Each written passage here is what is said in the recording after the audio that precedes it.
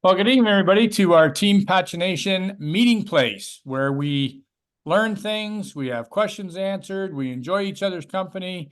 And tonight we have a special guest, Paul, Stephanie Blackbird. Now, this girl has been passionate advocate of the health and wellness industry for 40 years. Now, she doesn't look like she's been in the industry that long because she doesn't look like she's a day over 40. So I'm excited to have her on this call. And she has a genuine passion for, helping others achieve their goals and has an outstanding track record of success coaching people to transform their physical and financial well-being. Now, this girl's been around the network marketing industry for quite some time. And believe it or not, like a lot of us, she was a little bit reluctant to get involved in network marketing, at the beginning. But she investigated, she did it, and she has made over $2 million working part-time in network marketing. Did you hear that? That's part-time, $2 million. That's a lot of cake. That's a lot of cake. So I think a big congratulations to Stephanie on your accomplishments, but that's not all. I mean, Stephanie was honored with multiple awards for her commitment to helping others live a healthy and vibrant life, and is a very successful, let's call it a wellpreneur, and retired from an international career in film, television, and event production. Even though her heart was there, it's a busy time. But the thing that's really cool about Stephanie is that she worked on the opening ceremonies of the 2002 Winter Olympics. And that show has won an unprecedented 7 Emmy Awards. Wow. So that is phenomenal. So we have a great person on this call tonight. And I've just recently met Stephanie. And we had a short conversation tonight on the phone, and I'm really looking forward to getting to know Stephanie better. And I'm looking forward to enticing Stephanie to add more to the field, add more to us, pour into us, because we're getting some great people that we're attracting to this call. We're streaming live in our team group, where we always get anywhere from 50 to 75 people on there. And so, as I said before, we don't have to be linked financially together. This is an invitation for everybody. We work together. We don't need to determine who's linked financially to who. Let's just all work together, and let's all rise with the tide together. So without further ado, it's my distinct pleasure to welcome Stephanie Blackbird as our trainer on Team Pagination tonight. Stephanie, welcome. Oh my gosh, thank you so much, Terry. I was like, who is he introducing? Wow. I'll slip you the $20 later though. Thank you. So would it be okay if I shared a little bit more of my story, since we'll be spending some time together? Would that be okay with you guys? Perfect. Great. And thank you. And I want to ask, if at all possible, turn your camera on, because that really, I think, helps you to be present. Now, if you're on the toilet or doing who knows what, we don't want to see that. But if you're able to safely turn your camera on, please join us, because this is, network marketing. One of the things I love the most about it are the people. So I want to see some faces, and I want to see your smiles and all of that. So thank you if you can do that. And thank you, Joanne. So I have to say, I've been kind of a little creeper in the group, and Terry, I'm a huge admirer of, and Paul, and so much that they offer to the field, and so much they do. And thank you, Lisa Cito. Like, I can't believe that I've been asked to train. So I'm really humbled and honored. So thank you. As Terry said, I was a little reluctant about network marketing. I was in film and television production, which was a very feast or famine kind of business. We either were working 60 or 70 hours a week, or unemployed and looking for work. That's kind of how it was. And I also really initially got into it I wanted to make a difference in the world. I wanted to save the planet and save the animals and make documentaries. And then I realized very quickly that documentary filmmaker is preceded by the word starving. And I had a little boy at the time. I was divorced. I had a child. I was a single mom. So that wasn't working for me too long. And I also had a passion for health and wellness always. My nickname for over 40 years is Granola Mama. And for those of you who are wondering, thank you for saying I'm 40. I'm 64. I'll be 65 this year. Medicare, here I come. So I appreciate that. And I'm going to be a grandma next month, you guys. My first grandbaby girl is coming. I'm so excited. Anyway, so it got to a point where I wanted desperately out of film and television production. I tried event production, I tried charity work, I did all these things, but health and wellness just was my calling in my heart. But I didn't want to be a nutritionist. I didn't know what to do. And people did keep trying to get me into network marketing, and this was me. Oh, that's for people who can't get a real job. Not for me. Duh. I wish I had opened my mind sooner. And then I had the pleasure of working corporately at a very big company, wellness company in Salt Lake City that happened to be network marketing. And because I was on the inside at corporate, it allowed me to open my mind enough to really look at this industry. And I was seeing the reports every week. Like I was like, this hairdresser makes $3,000 a week. And this retired butcher who's 70 something makes $5,000 a week. I was just, my mind was blown, and I understood residual income. I wanted residual income. And so I started to really study the industry. I got fired from that job, which was the best thing that ever happened to me. And then I got into the field, and it's been such an amazing journey. I'm a totally different person because of it. And this industry is such a blessing. I truly believe to the core of my being that this is the most fair economic business model on the planet. It's the great equalizer, where someone with, I had a film school education, no university. I didn't know what I was going to do.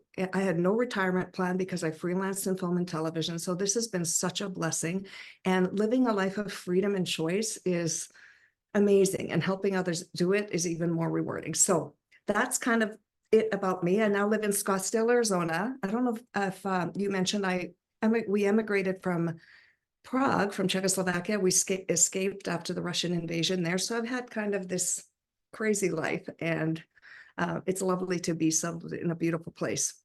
So, well, let's get to it. So, Lisa, thank you for arranging this. You're amazing. I've known Lisa actually since that company. I see her down there grinning because she knows the whole story.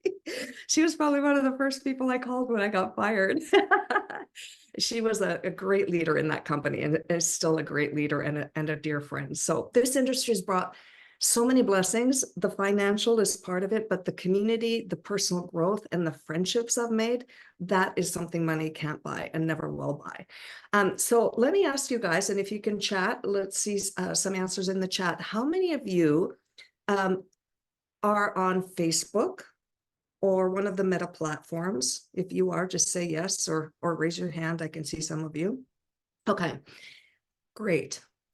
And how many of you are a little intimidated? Like, I don't know what to do, how to show up, what to say, when to post, what to post. It just changes all the time. And I don't want my friends to think I'm one of those crazy people. Anybody have kind of all that going on in their head? Yeah. Okay. Thank you. Yes, I was the same way. And for a very long time, I feel like I hid from really being myself, because I was afraid of what people would say. And you know what? They're not paying my bills, so I don't care anymore. So I show up a little. So my Facebook, if you go there, it's totally public. I like to think I'm inspirational. I like to think I'm really funny as well.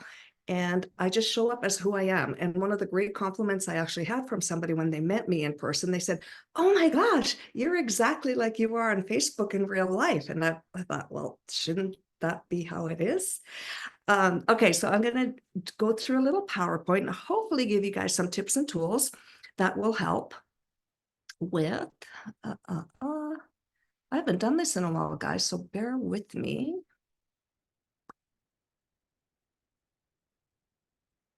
So I'm sharing my screen, Terry, and it's not showing me my keynote, which is where I have this presentation done. Any tips? Any tips? Let me see if this. Sorry about that. I don't know. I don't know if Terry is muted. Yeah. So you have it open, the presentation on your desktop? I do have it open. I'm gonna quit out of a bunch of other stuff. Yeah, but I- maybe it just needs to be shut out and go back in possibly, but it should show up to choose it. Right, okay. Usually I also have the option to share my whole screen, and that is not, Yeah, either the whole screen or just the window, yeah. right? Well, let's Yeah, 'cause see. the Let me close it colors- and reopen it. Yeah, and Joanne had suggested you refresh it. Yeah. Okay, Yeah, usually a reset kind of brings her right, so- back to life. go ahead, talk amongst yourself, voluntary. Entertain the truth. Oh, and see, this just shows you that, yeah, you know what, something is happening because it's not even letting me shut out of stuff. So one sec. I'm gonna have to No force problem. quit. Yeah, I Okay, mean, so- if you have to reboot your computer or anything, Steph, and go out and come back in, that's fine. All right, let's see. I've updated everything, so hopefully. All right. So see, you can make a lot of money and be successful without being a super tech wizard. So just so you know, I am not a super Exactly. tech wizard, and Happens to me every it's day. persistence. It's persistence. That's what does it. Okay. Keynote. Mhm. Yeah, the parameters of the call are set up so that multiple people can share their screen, so you don't have to be necessarily co-host to share, but you are. Yeah, So okay, let me try one shouldn't, again. Here we go. There it is. Ta-da! All right, so I'm gonna share and let me know if you can see it. There we go. There we go. Say it. Okay, and I'm gonna hit, I think, play. There we go. All right, so this is Facebook 101, and this is basically what we'll be going over: how to properly set up your profile, your privacy settings, two-factor authentication, and this is something that I really highly recommend I also lost you. It's not on my screen anymore, Steph. Can I'm anybody not else on- see it? No. No? No, it changed. I think when you hit the play button, try going back and see. That's so crazy. Okay, why would that be? Well, There. then, you know what, let's just do it like this. Should we just do it like this? Sure, that's fine. Yeah, You'll see the side works. thing, whatever. Okay, yeah, that so works. Sure, is that still there? absolutely. Yep, perfect. Perfect, we'll improvise. Yep. Two-factor authentication, and if you don't know how to do that, it changes all the time where to go in your settings. So just Google it, whatever device you're using, how to set up Facebook two-factor authentication, because I know several people recently who completely lost their whole profile because somebody hacked in. And if you have two-factor authentication set up, it's much harder. You know, you have to get a text or you have to authenticate that it is you trying to log in.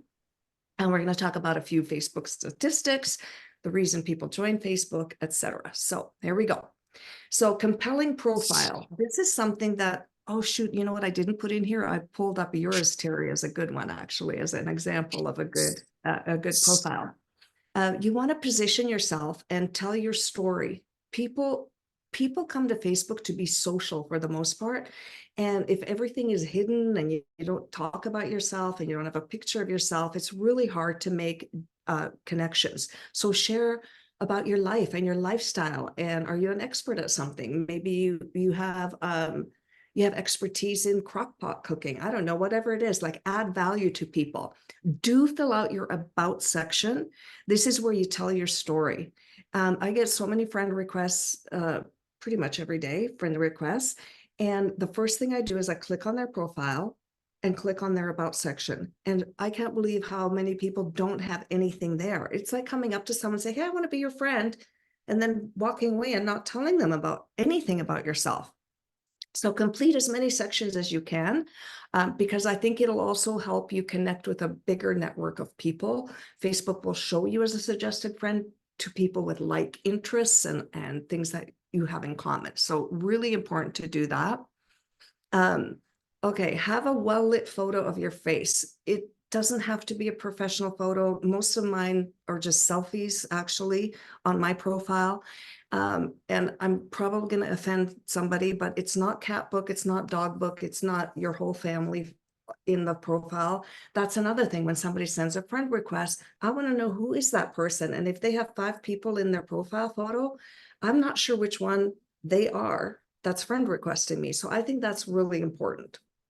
The header photo, make sure it says something about you, and does it vibe with what you're about. So probably you want to change it every once in a while. And I think some of this stuff will repeat, but you want to have a fairly consistent look so that people recognize when you're commenting in groups and that they recognize you, they see your face, they keep, you're in the forefront of their mind if you want to connect. As many of your privacy settings, make them public, except your friend list. That's the only thing I say, lock that down. And of course, your phone number, email address, probably. But your posts, do you want people to see them? As many people as possible or not? So I set all my stuff to public. And here's how a long time ago, decided to show up on Facebook. I thought I would never put anything on Facebook, or hopefully I don't live my life like this, that if something ended up on the front page of the newspaper, I would not be embarrassed. If the company founders read an article about me, I wouldn't be embarrassed. So just show up as yourself fully. So public, and have your notifications as open as possible. There's a setting also where you can prevent people from, you can't prevent people from tagging you, but if people tag you, you have to approve it to go on your timeline. So I really like that, because sometimes I get tagged in weird things. You know, those people who think good marketing is making a promotional post and tagging 98 friends? That's not good marketing, you guys. Don't be that person. So make sure that you have your setting set to must approve if somebody tags you, so it appears on your timeline or not. I usually don't let those things appear in the timeline. They'll still appear in the news feed, but they're not on my personal profile. So check this out. Over 3 billion with a B users, active users every month on Facebook. It's probably way more if you count it inactive. 37% of the world's population uses Facebook every month. 77% of internet users are on one meta platform. You guys, we have an unlimited network of people to connect with. 68% of Americans use Facebook, and 57% of Americans say stories make them feel part of a community.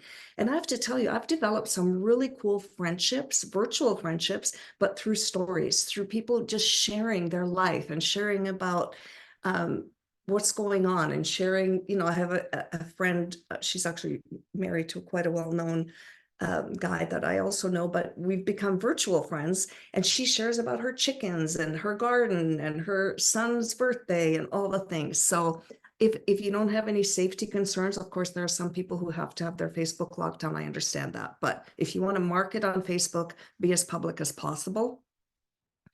So why do people join Facebook? To message with friends and family, to post or share photos or videos, keep up to date on news and current events, which I'm not one of those 50. I'm not part of that too much, but they love fun and entertaining content.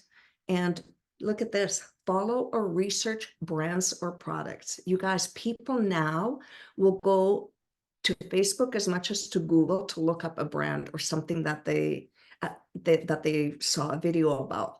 They will find it on Facebook. So that's pretty cool. So here are the types of users, and see if you can identify which one you are. Are you an eager socializer, e-marketing socializer, reluctant socializer, or an MIA socializer?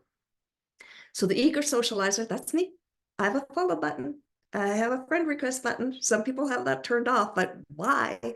My profile is filled with information. There are a few links in the About Me section. I have a bio, and I think you can get a pretty good sense of who I am just by going to my profile.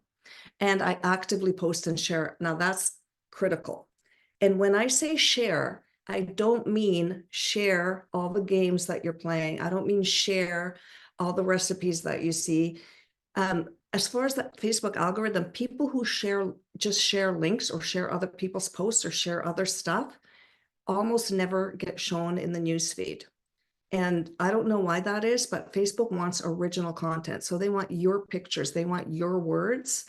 And if you do find something that you really do want to share from someone else, write why you're sharing. Don't just share a link and run, share a link and run. So I notice sometimes I want to interact with people who are interacting with me, and I say, how come I never see them on my news feed? I click on their profile and it's all share, share, share, share, share. None of their posts are original posts. So that's why I don't see them. The e-marketing socializer, I do find that realtors tend to be kind of well known for this, where it's all listings, it's all showings, it's all open houses, that kind of thing. So I don't think you want to show up as just a e-marketing socializer, because then I think people would unfollow or snooze you because there's very little personal information to connect with. The reluctant socializer, those are people whose profiles are pretty private or locked down, and they probably just are on there to be with very close friends and family. And then the MIA person who thought it was a good idea and probably doesn't do it. Or there are people who go on Facebook and they read stuff, but they never post. I do have friends like that as well.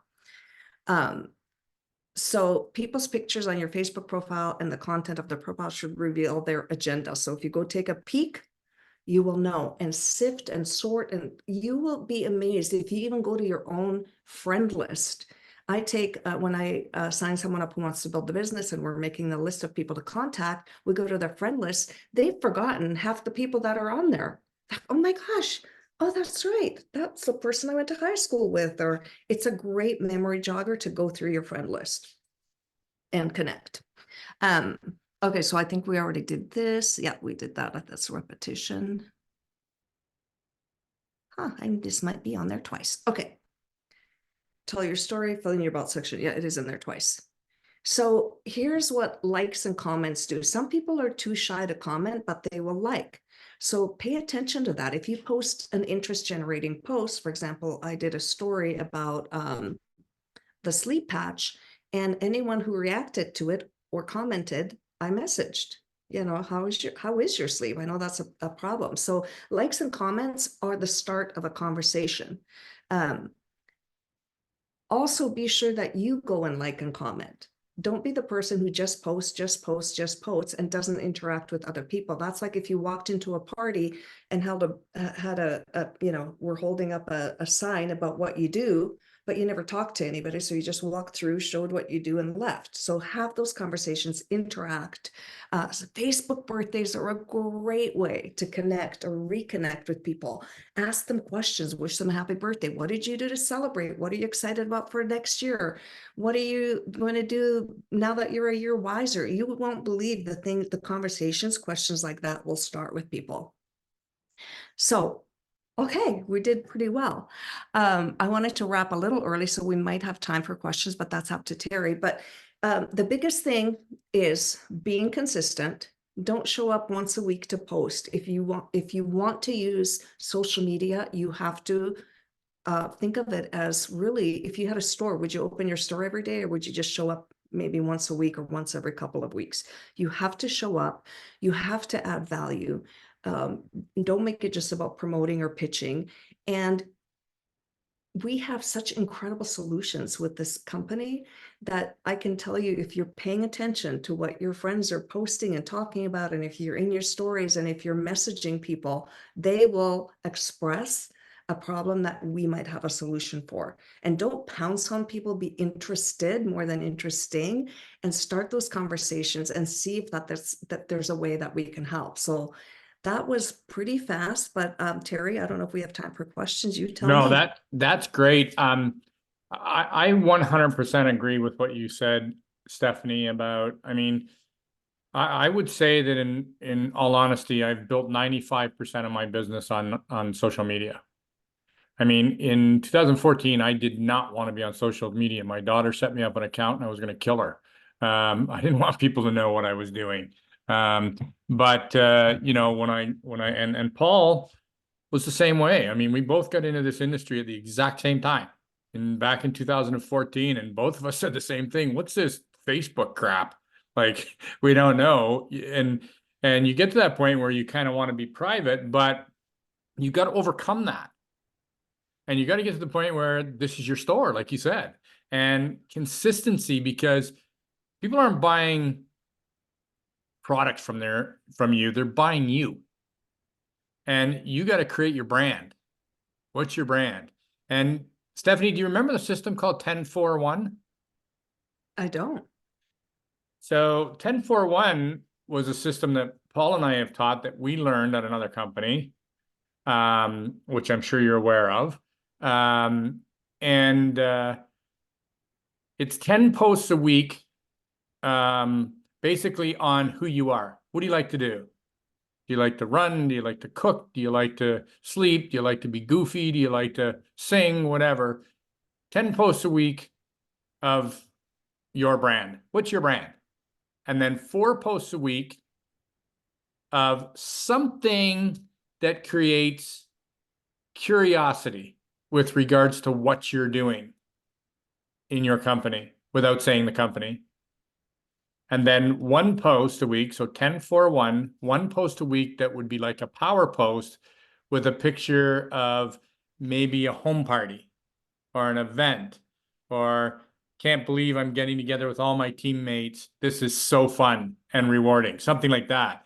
And that to me was the biggest jogger in my mind to be consistent, because you do run out of things to post, but you got to remember, with your consistency, people are seeing you for who you are. And I think that was the biggest takeaway that I had tonight from your training, was the fact that you have to be consistent on social media if that's where you're trying to create leads from and people that are interested, because you're selling yourself, and that's people want to do business with people that they know, like, and trust.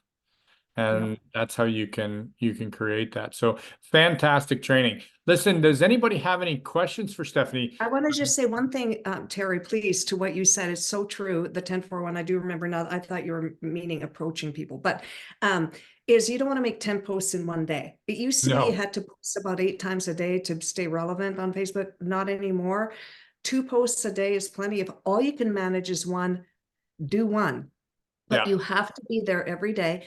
And before you post your own posts, go and interact on some people's posts, especially the ones who you want them to see your stuff. So go interact first, then make your post. And that's a great method, 10-4-1.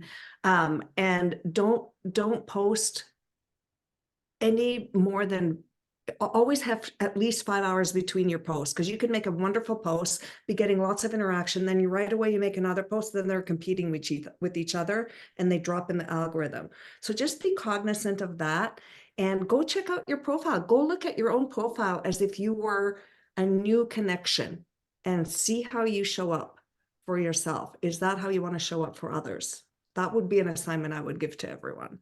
Yeah, that's a great point. And the 10-4-1 is definitely based on a 7-day window, right? So exactly, you don't want to be posting, 5 posts a day, 4 posts a day. I think, 2 is max, and not 2 necessarily every day, but 2 is max. And so consistency for sure. So Paul Vanaveen, please, can you unmute Paul? Yep, I'm good. Stephanie, thanks so much. The great presentation. I especially liked when you talked about going, hitting your friends and going down your list. And I'm by no means an expert, but one of the tips that I learned was that the order that your friends are in is the order that you communicate with them.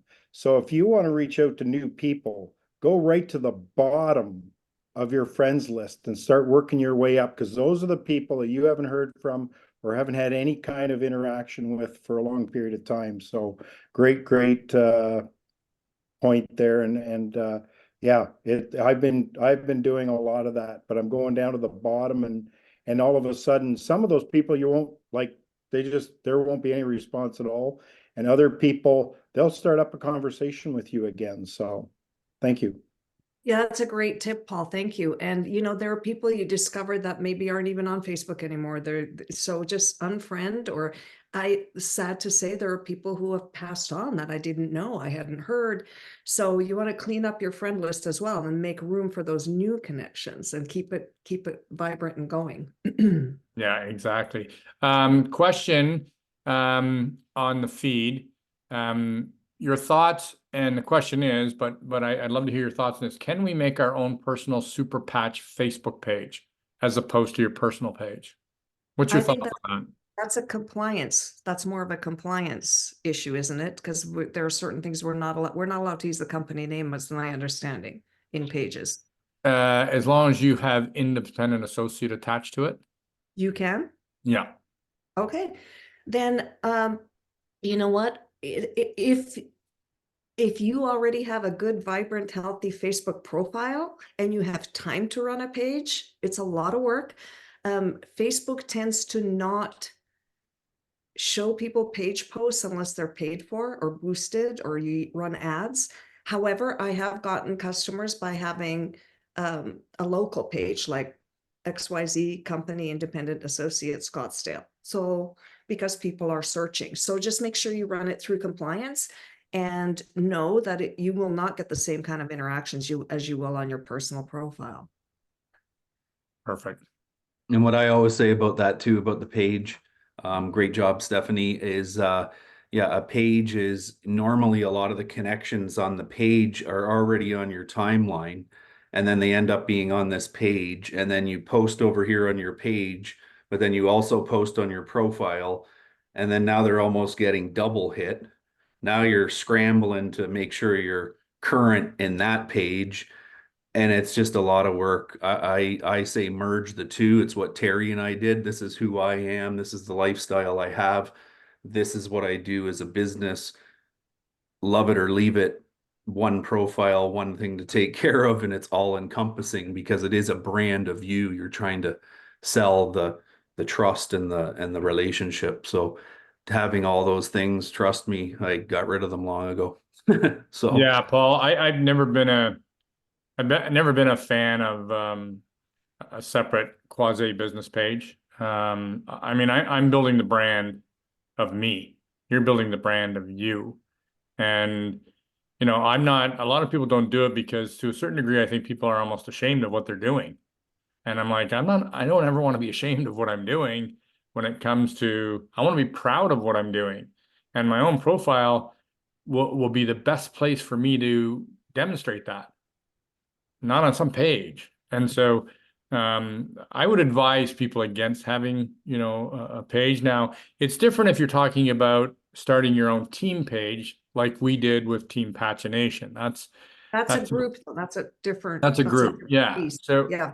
yeah, and we're sharing information in that amongst our team. It's for communication within our team, right? It's not going to the public. So great question though, Sue. It was a great question and a great answer. And another thing, I don't know what you guys teach yet because I'm fairly new with you, but I'm a big believer on not posting the full name of the company, here's the thing, don't let your post send people to Google because they will Google first. And what happens, they'll find something and go, oh my God, this is great, click buy, and you've lost them. Post things that will make people ask you questions. Oh, what is that? Oh, why are you sleeping better? Oh, why is your skin looking nicer? Post things that are interest generating and then get those conversations and don't do the whole DM me, message me, because that certain words will hurt you in the algorithm. It's weird. Facebook looks for all those kinds of things. So, you know, things you can say something like, you know what to do, or happy to share, or kind of different ways, but the whole DM me, it's just don't be weird about it. Yeah. A question, it seems to continually shift. The best current time windows to post, or does it make much difference if commenting, etc. on posts? I personally find the morning, lunchtime, and evenings best. And that, just think about it. When are people listen, we get so caught up on what we're going to post and the right words. People are reading our stuff on the toilet. Let's be honest. So, Absolutely. you know, people are getting up when people are on a lunch break and when people are winding their day down. But when is your Facebook the busiest? It might be different. You know, if you're a stay-at-home mom, your Facebook algorithms or Instagram algorithms might be very different from mine. Well, I'm a stay-at-home grandma, so maybe not, but you know, it really depends. If you're a corporate person and you have just first thing in the morning, maybe on your lunch break, and then right after work, people do 5 o'clock's another good time, but that seems to change all the time. So don't get that caught up in that. Just go do stuff. Yeah, I agree with you. I think about people sneak on their phones now during lunch break. So sometimes, you know, if most people's lunch breaks are 12 to 1, some people get up at 6 in the morning before they work out or whatever, and they zip on, you know, their social media platforms for a short period. And then after they had supper, sometimes between, you know, 7:30, 8 o'clock to like 9, is a great time. And a great point, Stephanie, you make. It's when do you go on it? When do you go on it? Think about how many people are out there that are like you, if that's your target audience. When are you on it? So I agree with you, but don't get too caught up in it. Let the wind and the spirit of your feeling carry you of when you want to post sometimes without being too. And I will say this, and Paul, you may not like this, and Terry, you may not like this. I see a lot of your team members sharing your posts, and you guys make great posts.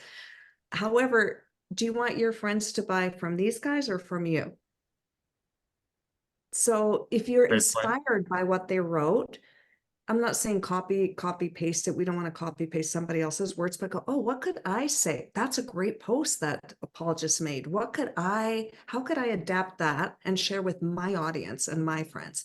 I feel like just clicking the share button is very lazy networking. That's lazy networking. You know, I'll sometimes go to a blog and I still will credit the blog, but I'll copy the words rather than just posting the link. I say, oh, I saw this great poem, for example. It got almost 1,000 shares or something. It went crazy. And I said, thank you from who, and I will, if I can tag the author, I will, or tag where I got it. But I could have just said, oh, this is great, share, and moved on. It would not have gotten the same interaction. I'm sure it wouldn't have. Yeah, and Paul and I have always said that, you know, you're welcome to use any of our posts, but re-edit them, make them yours.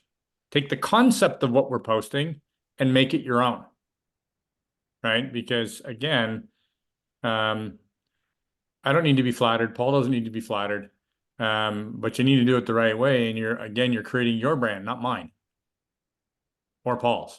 Well, and I've had people that shared the post as opposed to reinventing it or making it yours.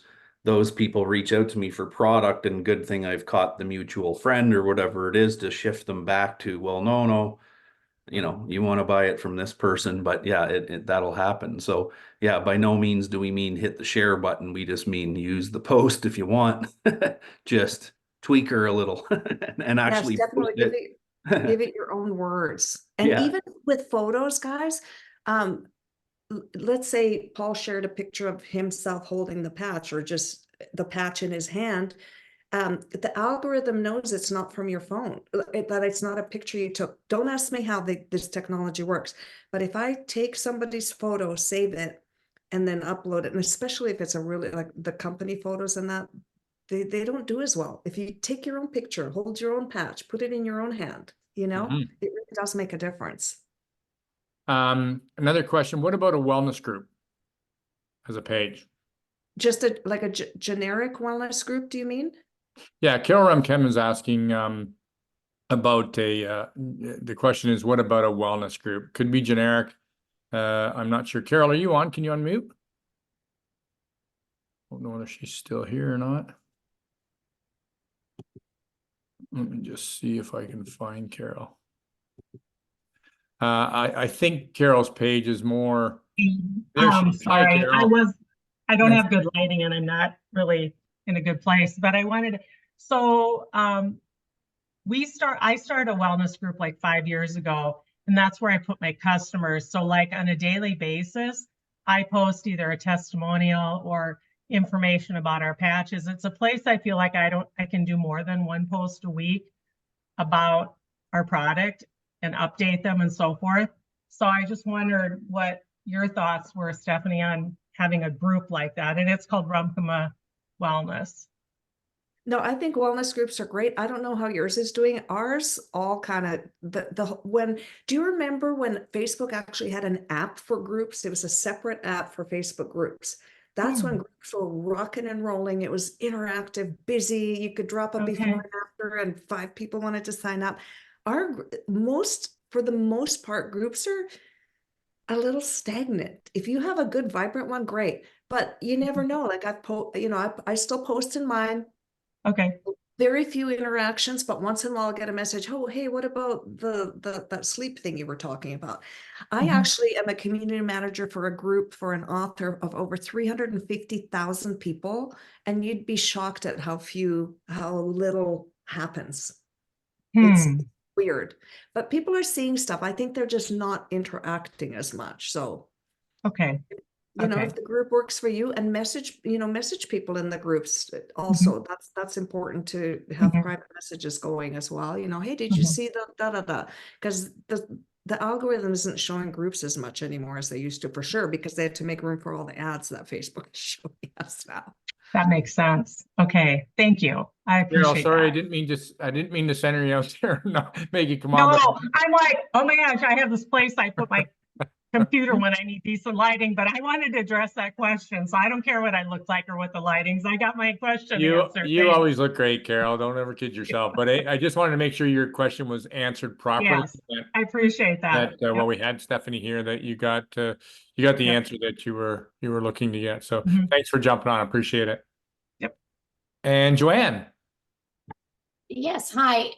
And thank you, Stephanie. It was a great reminder. Yeah, I'm going back into mine to check it. I'm always doing that, but I always come up with something else to change.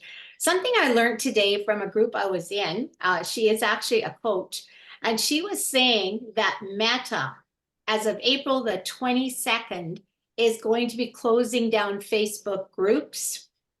Something to do with API, which is a third-party tools. So you won't be able to schedule either. And I just thought I'd bring that to your attention. I was kind of shocked because she said you're not going to be happy with what's coming down. There's a lot of upset software companies because that's where they're making their money, is that way. So this is what she shared, and I just thought I'd share it with the group. So be careful. And also, some people might be using StreamYard, and you won't be able to, after April 22nd, be able to use StreamYard, do your video, and go live at 3 other platforms at the same time either. That's going to be shut down. Okay, so Joanne, I actually work with Meta directly, what they call the Power Admin. I was invited to be in a group of them. I've not heard anything about Facebook groups being shut down at all. The API third-party thing, yes, that is happening. Okay. So the scheduling apps, all of that stuff, but we can schedule within the group still using the Meta platform. So, and the streaming is obviously an issue for people who use StreamYard or Zoom even to Zoom into groups. So I don't know what the workaround is going to be. But yeah, I have not heard anywhere, and I can ask in the Meta group, like, are you guys shutting down groups? Because I haven't heard that. Yeah, that was one of the first things she mentioned. That was 2 days ago, and I only got to listen to the replay today. So, oh well, okay, thank you. Yeah, I don't know. I mean, we're streaming live right now to a group from Zoom.